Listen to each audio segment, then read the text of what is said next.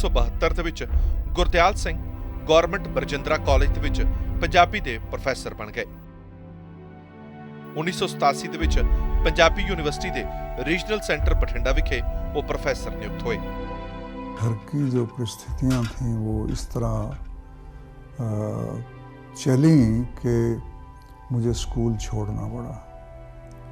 School छोड़कर अपने पिताजी के साथ काम करने लगा।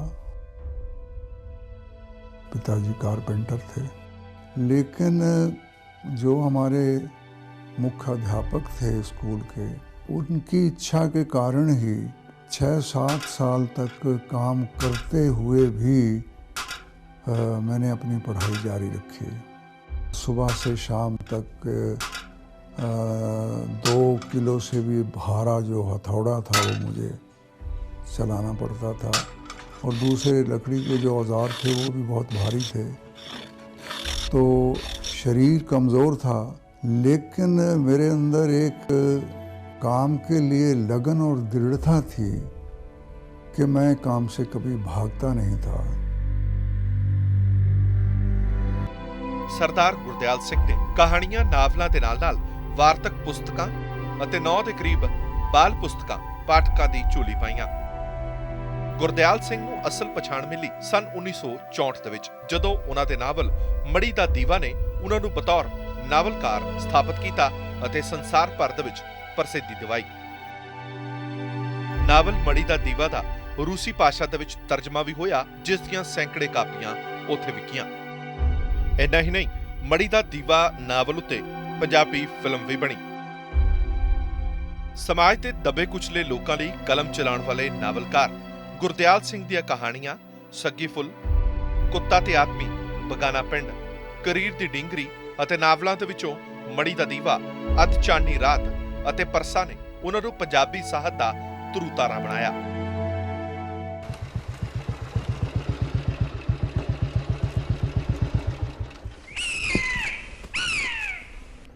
आओ जी आओ कप्तान साहब, आज इस तरफ का दौरा कैसे कर लिया? सब ठीक ठाक तो है कप्तान साहब? ये तुम्हें क्या सूझी बापू, जो रस्ते बसते घर को छोड़ इस जंगल बियाबान में आ बैठे? घर बुरा लगता था क्या?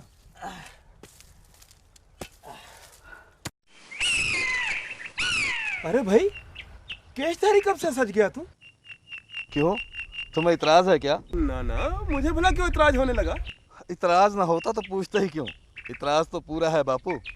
जैसे तुमने मुझे भेजा था बनारस पंडितों के पास वेद बांचने के लिए, और बन गया मैं गुरु का सिख। अगर तू गुरु का सिख सजने के लायक या बनारस के पंडित के पास जाने के लायक होता ना, तो ये थानेदारी तेरे लिए बादशाहत बन जाती।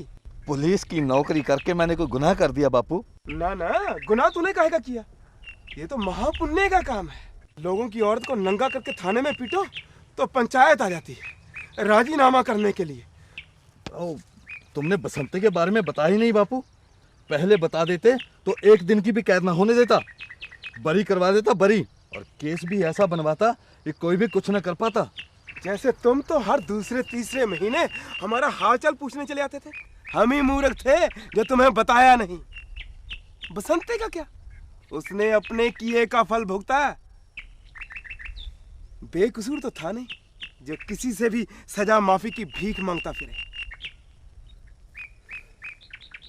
तुम किस खेत की मूली हो जो उसे बरी करवाने चले? दिल्ली के तख्त पर बैठे हो या खुदा बन गए हो? तुमसे तो कोई भी बात करना फजूल है बापू। जब आओ कुछ सुख की बात करेंगे, मगर वही पुरानी चाय तो पीजो।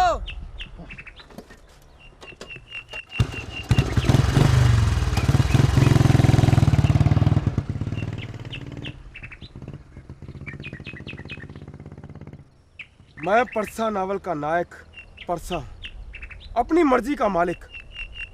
समझौताओं की जिंदगी नहीं जीता मैं किसी मिथ्याहासक या रोमांच कथाओं से उठा हुआ चमत्कारी किस्म का असाधारण व्यक्ति नहीं हूँ, बल्कि साधारण लोगों में से उठा हुआ एक नायक हूँ। साधारण लोगों को नायक बनाकर पेश करना और उनके अंदर विलक्षण गुण पैदा करना, ये गुरदयाल सिंह की नावली चेतना और उनकी कला कुशलता की बहुत बड़ी उपलब्धि है। ਗੁਰਦਿਆਲ ਸਿੰਘ ਦੀ ਪਹਿਲੀ ਕਹਾਣੀ ਪੰਜ ਦਰਿਆ ਮੈਗਜ਼ੀਨ ਦੇ ਵਿੱਚ ਪ੍ਰਕਾਸ਼ਿਤ ਹੋਈ। ਅਤੇ ਕਈ ਕਹਾਣੀਆਂ ਗੁਰਬਖਸ਼ ਸਿੰਘ ਪ੍ਰੀਤਲੜੀ ਦੇ ਮੈਗਜ਼ੀਨ ਪ੍ਰੀਤਲੜੀ ਦੇ ਵਿੱਚ ਵੀ ਪ੍ਰਕਾਸ਼ਿਤ ਹੋਈਆਂ। ਨਾਵਲ ਮੜੀ ਦਾ ਦੀਵਾ ਤੋਂ ਇਲਾਵਾ ਅੰਨੇ ਘੋੜੇ ਦਾ ਦਾਨ ਨਾਵਲ ਉੱਤੇ ਵੀ ਨਿਰਦੇਸ਼ਕ ਗੁਰਵਿੰਦਰ ਸਿੰਘ ਵੱਲੋਂ ਫਿਲਮ ਬਣਾਈ ਗਈ। ਇਸ ਮਹਾਨ ਸਾਹਿਤਕਾਰ ਨੇ ਗਿਆਨਪੀਠ, ਪਦਮ ਸ਼੍ਰੀ, ਸ਼੍ਰੋਮਣੀ ਸਾਹਿਤਕਾਰ ਅਵਾਰਡ, ਪੰਜਾਬੀ ਸਾਹਿਤ ਅਕਾਦਮੀ ਅਵਾਰਡ ਸਮੇਤ 17 ਦੇ ਲਗਭਗ ਵਕਾਰੀ ਪੁਰਸਕਾਰ ਆਪਣੀ ਝੋਲੀ ਪਾਏ ਅਤੇ ਪੰਜਾਬੀ ਮਾਂ ਬੋਲੀ ਦੀ ਸੰਸਾਰ ਭਰ ਦੇ ਵਿੱਚ ਪਹਿਚਾਣ ਬਣਾਈ।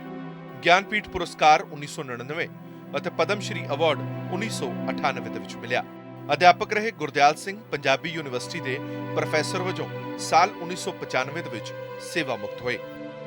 एक मजदूर से प्राइमरी टीचर बना, फिर हाई स्कूल में गया, फिर लेक्चरर बना और अंत में जो उच्चतम पदवी होती है प्रोफेसर की, उससे मैं रिटायर हुआ। ਨਾਵਲ ਅੱਜ ਚਾਨਣੀ ਰਾਤ ਉੱਤੇ ਗੁਰਦਿਆਲ ਸਿੰਘ ਨੂੰ ਭਾਰਤੀ ਸਾਹਿਤ ਅਕਾਦਮੀ ਦਾ ਪੁਰਸਕਾਰ ਵੀ ਮਿਲਿਆ। ਗੁਰਦਿਆਲ ਸਿੰਘ ਨੇ ਤਾਏ ਬਿਸ਼ਨੇ ਅਤੇ ਜਗਸੀਰ ਵਰਗੇ ਪਾਤਰਾਂ ਦੀ ਸਿਰਜਣਾ ਕੀਤੀ ਅਤੇ ਪੰਜਾਬੀ ਨਾਵਲ ਨੂੰ ਇੱਕ ਨਵੀਂ ਦਿਸ਼ਾ ਪ੍ਰਦਾਨ ਕੀਤੀ। ਪਹਿਲੀ ਉਹਨਾਂ ਦੀ ਸੱਗੀ ਫੁੱਲ ਕਿਤਾਬ ਸੀ ਕਹਾਣੀਆਂ ਦੀ, ਜਿਹੜੀ ਬਹੁਤ ਪ੍ਰਸਿੱਧ ਹੋਈ, ਤੇ ਪੰਜਾਬੀ ਨਾਵਲ ਮੜੀ ਦਾ ਦੀਵਾ, ਜਿਹਨੂੰ ਵੱਡੇ ਵੱਡੇ ਜਿਹੜੇ ਸਾਡੇ ਆਲੋਚਕ ਸੀ ਉਹਨਾਂ ਨੇ ਕਿਹਾ ਵੀ ਪੰਜਾਬੀ ਨਾਵਲ ਨੇ ਇੱਕ ਨਵੀਂ ਟਰਨ ਲਈ ਹੈ। ਤੇ ਇਸ ਬਾਰੇ ਸਭ ਤੋਂ ਵੱਡੀ ਗੱਲ ਕਿ ਪੰਜਾਬੀ ਨਾਵਲ ਦੇ ਪਿਤਾਮਾ ਸਰਦਾਰ ਨਾਨਕ ਸਿੰਘ ਜੀ ਨੇ ਕਿਹਾ ਕਿ ਮੈਂ ਮੜੀ ਦਾ ਦੀਵਾ ਪਹਿਲਾ ਪੰਜਾਬੀ ਨਾਵਲ ਹੈ ਜਿਹਨੂੰ ਪੜ੍ਹ ਕੇ ਮੈਂ ਨਸ਼ਾ ਗਿਆ। ਤੇ ਨਾਲ ਹੀ ਲਿਖਦੇ ਹੈ ਕਿ ਇਹ ਸਪਸ਼ਟ ਹੈ ਕਿ ਚੰਗਾ ਲੱਗਣਾ ਹੋਰ ਗੱਲ ਹੈ ਤੇ ਨਸ਼ਾ ਜਾਣਾ ਹੋਰ ਗੱਲ ਹੈ। ਤੇ ਮੈਂ ਆਸ ਕਰਦਾ ਵੀ ਇਹ ਨੌਜਵਾਨ ਪੰਜਾਬੀ ਗਗਨ ਦਾ ਤਾਰਾ ਬਣ ਕੇ ਚਮਕੂਗਾ। ਤੇ ਉਹਨਾਂ ਦੀ ਇਸ ਅਸੀਸ ਨਾਲ, ਉਹਨਾਂ ਦੀ ਇਸ ਸ਼ੁਭ ਇੱਛਾ ਨਾਲ ਗੁਰਦਿਆਲ ਸਿੰਘ ਇਕੱਲੇ ਨਾਵਲਕਾਰ ਹੈ ਜਿਨ੍ਹਾਂ ਨੂੰ ਭਾਰਤ ਸਰਕਾਰ ਨੇ ਸਰਵਸ਼੍ਰੇਸ਼ਠ ਹਿੰਦੁਸਤਾਨ ਦਾ ਨਾਮ ਗਿਆਨਪੀਠ ਅਵਾਰਡ ਦਿੱਤਾ ਹੈ। ਸਾਰੀ ਉਮਰ ਜਿਹੜੀ ਉਹਨਾਂ ਦੀ ਲਿਖਤ ਹੈ ਉਹ ਦੱਬੇ ਕੁਚਲੇ ਲੋਕਾਂ ਵਾਸਤੇ ਰਹੀ ਹੈ ਤੇ ਉਹਨਾਂ ਨੇ ਸਦਾ ਉਹਨਾਂ ਦੇ ਨਾਲ ਖੜੇ ਹੈ।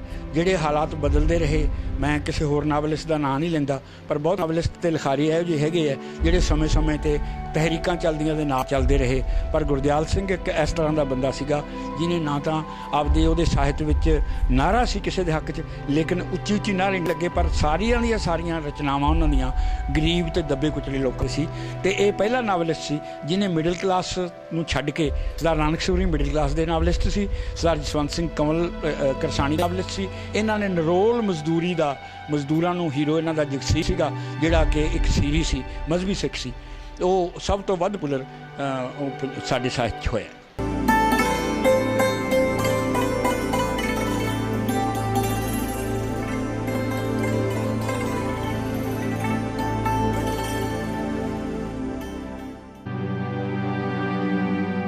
ਮਾਂ ਬੋਲੀ ਦੀ ਝੋਲੀ ਦੇ ਵਿੱਚ ਗਿਆਨਪੀਠ ਪੁਰਸਕਾਰ ਪਾਉਣ ਵਾਲੇ ਗੁਰਦਿਆਲ ਸਿੰਘ ਪੰਜਾਬੀ ਦੇ ਦੂਜੇ ਮਾਣਯੋਗ ਲੇਖਕ ਸਨ। ਉਹਨਾਂ ਦੇ ਚਲੇ ਜਾਣ ਨਾਲ ਪੰਜਾਬ ਦੀਆਂ ਕਲਮਾਂ ਤਾਂ ਉਦਾਸ ਹੋਈਆਂ ਔਰ ਪੰਜਾਬੀ ਸਾਹਿਤ ਜਗਤ ਦਾ ਜਿਹੜਾ ਵਿਹੜਾ ਹੈ ਉਹ ਸਦਾ ਲਈ ਉਦਾਸ ਹੋਇਆ। ਪ੍ਰੋਫੈਸਰ ਗੁਰਦਿਆਲ ਸਿੰਘ ਨਵਿਆਂ ਸਾਹਿਤਕਾਰਾਂ ਨੂੰ ਜਿੱਥੇ ਲਗਾਤਾਰ ਪ੍ਰੇਰਨਾ ਦਿੰਦੇ ਸੀ, ਉਤਸ਼ਾਹ ਤੇ ਹੱਲਾਸ਼ੇਰੀ ਦਿੰਦੇ ਸੀ, ਉੱਥੇ ਉਹਨਾਂ ਨੇ ਆਪਣੇ ਨਾਵਲਾਂ ਦੇ ਵਿੱਚ ਭਾਵੇਂ ਅੰਨੇ ਘੋੜੇ ਦਾ ਦਾਨ ਹੈ, ਚਾਹੇ ਪਰਸਾ ਹੈ, ਚਾਹੇ ਅੱਧ ਚਾਨਣੀ ਹੈ, ਸਾਰੇ ਨਾਵਲਾਂ ਦੇ ਵਿੱਚ ਉਹਨਾਂ ਨੇ ਜਿਹੜੇ ਥੱਲੜੇ ਲੋਕ ਸੀਗੇ, ਦਬੇ ਕੁਚਲੇ ਲੋਕ ਸੀ, ਉਹਨਾਂ ਨੂੰ ਪਾਤਰ ਬਣਾ ਕੇ ਆਪਣੇ ਨਾਵਲਾਂ ਦੇ ਵਿੱਚ ਉਹਨਾਂ ਨੂੰ ਚਿਤਰਿਆ, ਉਹਨਾਂ ਦੀ ਆਵਾਜ਼ ਬੁਲੰਦ ਕੀਤੀ।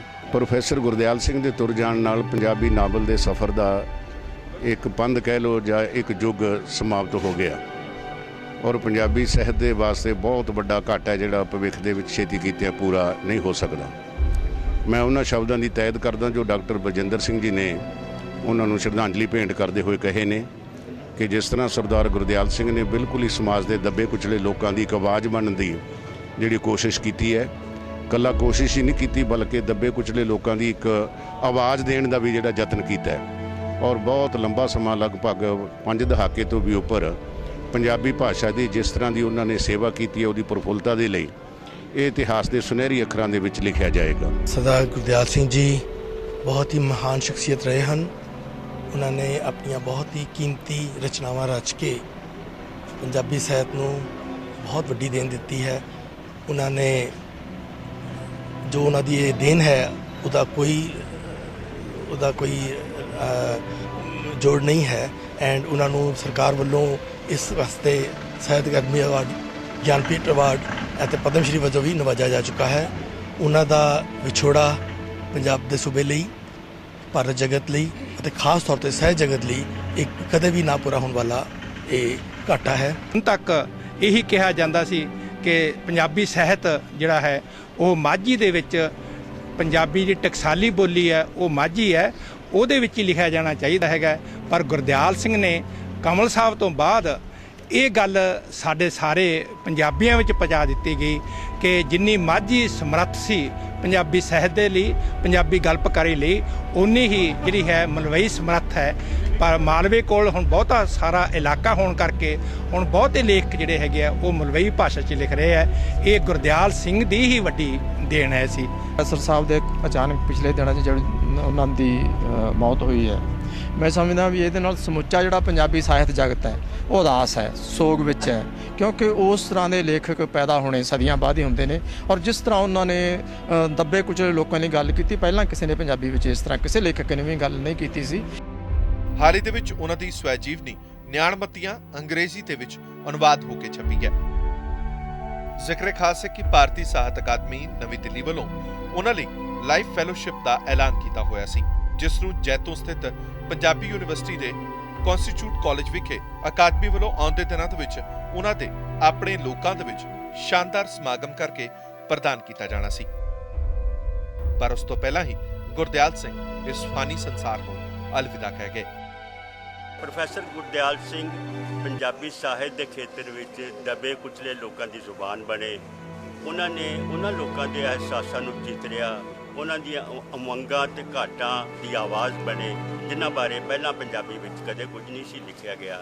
ਮਲਵਈ ਜ਼ੁਬਾਨ ਨੂੰ ਉਹਨਾਂ ਨੇ ਇੱਕ ਨਵੀਂ ਅਮੀਰੀ ਬਖਸ਼ੀ ਤੇ ਉਹਨਾਂ ਦੇ ਜਾਣ ਦੇ ਨਾਲ ਪੰਜਾਬੀ ਸਾਹਿਤ ਦੇ ਇੱਕ ਯੁੱਗ ਦਾ ਅੰਤ ਹੋ ਗਿਆ ਹੈ ਤੇ ਮੇਰਾ ਨਹੀਂ ਖਿਆਲ ਕਿ ਨਵੇਂ ਲੇਖਕ ਉਸ ਘਾਟ ਨੂੰ ਪੂਰਾ ਕਰ ਸਕਦੇ। ਪ੍ਰੋਫੈਸਰ ਗੁਰਦਿਆਲ ਸਿੰਘ ਹੋਰਾਂ ਦਾ ਦੁਨੀਆ ਤੋਂ ਚਲੇ ਜਾਣਾ ਪੰਜਾਬੀ ਸਾਹਿਤ ਹੀ ਨਹੀਂ, ਦੁਨੀਆ ਦੇ ਸਾਹਿਤ ਨੂੰ ਇੱਕ ਬਹੁਤ ਵੱਡਾ ਘਾਟਾ ਪਿਆ।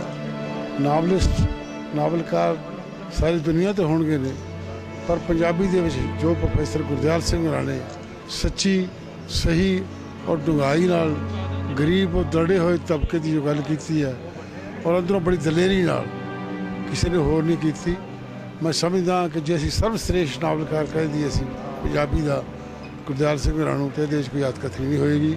ਉਹਨਾਂ ਦੇ ਚਲੇ ਜਾਣ ਨਾਲ ਬੇਹੱਦ ਦੁੱਖ ਹੋਇਆ ਮੈਨੂੰ ਪਰਸਨਲੀ ਤੌਰ ਤੇ, ਔਰ ਸਾਰੇ ਪੰਜਾਬੀ ਜਗਤ ਨੂੰ ਵੀ ਮੈਂ ਸੋਚਦਾ ਕਿ ਬੜੀ ਅਫਸੋਸਨਾਕ ਖਬਰ ਹੈਗੀ ਹੈ। ਗੁਰਦਿਆਲ ਸਿੰਘ ਉਹਨਾਂ ਦੇ ਜਦੋਂ ਜਾਣ ਦੇ ਬਾਰੇ ਪਤਾ ਲੱਗਿਆ, ਸਭ ਤੋਂ ਪਹਿਲੀ ਗੱਲ ਤਾਂ ਇਹੀ ਮਨ 'ਚ ਆਈ ਕਿ ਪੰਜਾਬੀ ਸਾਹਿਤ ਦੇ ਇੱਕ ਯੁੱਗ ਦਾ ਅੰਤ ਹੋ ਗਿਆ ਉਹਨਾਂ ਦੇ ਜਾਣ ਦੇ ਨਾਲ, ਕਿਉਂਕਿ ਉਹਨਾਂ ਨੇ ਪੰਜਾਬੀ ਸਾਹਿਤ ਨੂੰ ਦੁਨੀਆ ਭਰ ਦੇ ਵਿੱਚ, ਭਾਰਤ ਦੇ ਵਿੱਚ ਇੱਕ ਵੱਖਰੀ ਪਛਾਣ ਦਿਵਾਈ। ਐਂ ਸਮਝ ਲਓ ਕਿ ਜਿਵੇਂ ਉਹ ਪੰਜਾਬੀਆਂ ਦਾ ਝੰਡਾ ਸੀ ਭਾਰਤ ਦੇ ਵਿੱਚ ਵੀ, ਦੁਨੀਆ ਦੇ ਵਿੱਚ। ਤੇ ਉਹਨਾਂ ਦੀ ਨਾਵਲਕਾਰੀ ਦੇ ਨਾਲ, ਉਹਨਾਂ ਦੀ ਰਚਨਾ ਦੇ ਨਾਲ ਇੱਕ ਇਹੋ ਜਿਹਾ ਯੁੱਗ ਸ਼ੁਰੂ ਹੋਇਆ ਸੀ ਜਿਸ ਦੇ ਵਿੱਚ ਇੱਕ ਆਮ ਬੰਦਾ, ਸਧਾਰਨ ਬੰਦਾ, ਕਿਰਤੀ ਬੰਦਾ, ਜਿਹੜੇ ਉਹਦੇ ਦੁੱਖ ਸੁੱਖ, ਉਹਦੀਆਂ ਸਮੱਸਿਆਵਾਂ, ਉਹਦੇ ਸੰਘਰਸ਼, ਉਹ ਪੰਜਾਬੀ ਸਾਹਿਤ ਦੇ ਕੇਂਦਰ ਦੇ ਵਿੱਚ ਗੁਰਦਿਆਲ ਸਿੰਘ ਉਹਨਾਂ ਦੇ ਨਾਲ ਆਏ ਸੀ। ਤੇ ਹੁਣ ਜਿਸ ਯੁੱਗ 'ਚ ਅਸੀਂ ਰਹਿ ਰਹੇ ਹਾਂ, ਉਹਨਾਂ ਦੀ ਤੇ ਉਹਨਾਂ ਵਰਗੀ ਸਾਹਿਤਕਾਰੀ ਦੀ ਹੋਰ ਵੀ ਜ਼ਿਆਦਾ ਲੋੜ ਹੈ। ਤੇ ਇਸ ਸਮੇਂ ਉਹਨਾਂ ਦੇ ਜਾਣ ਦੇ ਉੱਪਰ ਕੁਦਰਤੀ ਗੱਲ ਹੈ ਕਿ ਸਾਰਾ ਪੰਜਾਬੀ ਜਗਤ ਬਹੁਤ ਹੀ ਜ਼ਿਆਦਾ ਦੁਖੀ ਹੈ। ਸਰਦਾਰ ਗੁਰਦਿਆਲ ਸਿੰਘ ਹੋਰਾਂ ਦੇ ਚਲੇ ਜਾਣ ਤੇ ਪੰਜਾਬੀ ਸਾਹਿਤ ਨੂੰ, ਪੰਜਾਬੀ ਸੱਭਿਆਚਾਰ ਨੂੰ, ਸਾਡੀ ਜ਼ੁਬਾਨ ਨੂੰ ਬਹੁਤ ਵੱਡਾ ਘਾਟਾ ਪਿਆ। ਮੈਂ ਸਮਝਦਾ ਕਿ